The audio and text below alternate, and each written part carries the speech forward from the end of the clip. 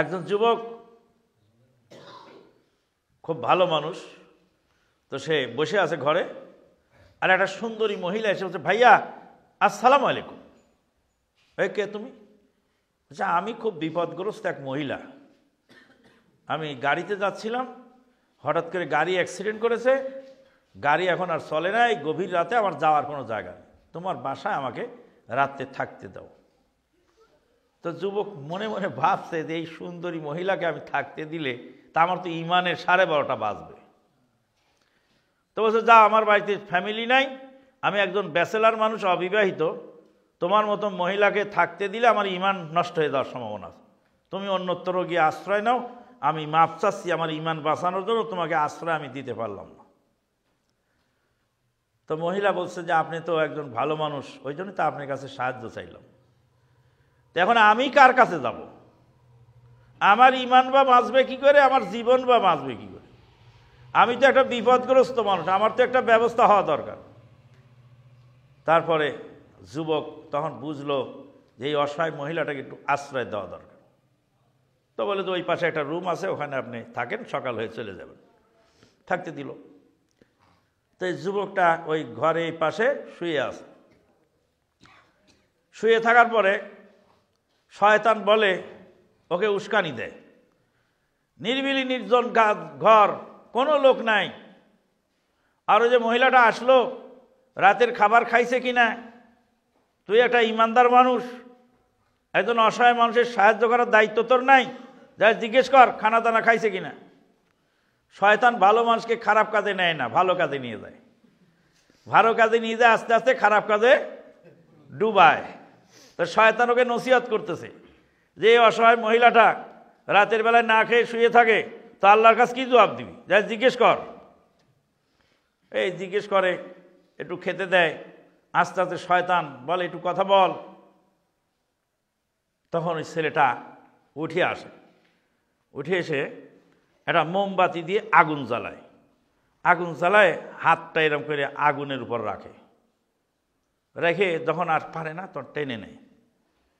আর ওই মহিলা, ও তো ঘুম ধরে না, সারা রাত চিন্তা করতেছে যে আমি একটা নির্জন বাড়িতে একজন যুবকের কাছে আশ্রয় নিয়েছি, আমার আজকে নসিবে কি আছে আল্লাহ জানে। তার আর ঘুম নেই টেনশনে, সেই ল্যাপের ফাঁক দিয়ে আস্তে আস্তে দেখে যে যুবকটার গতিবিধি চাল চলন কি।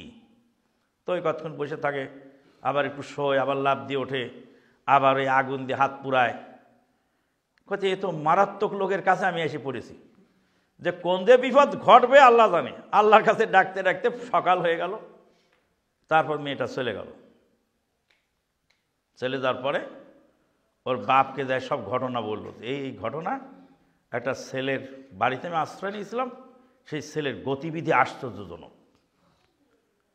তখন ওই মেয়ের বাপ এসে বলল, তুমি আমার মেয়েকে আশ্রয় দিয়েছিলে, তো আমার মেয়ে একটা ঘটনা বলল, তুমি মোমবাতি দিয়ে সারা রাত খেলে আগুন দিয়ে হাত পুরাইছো, কারণ কি?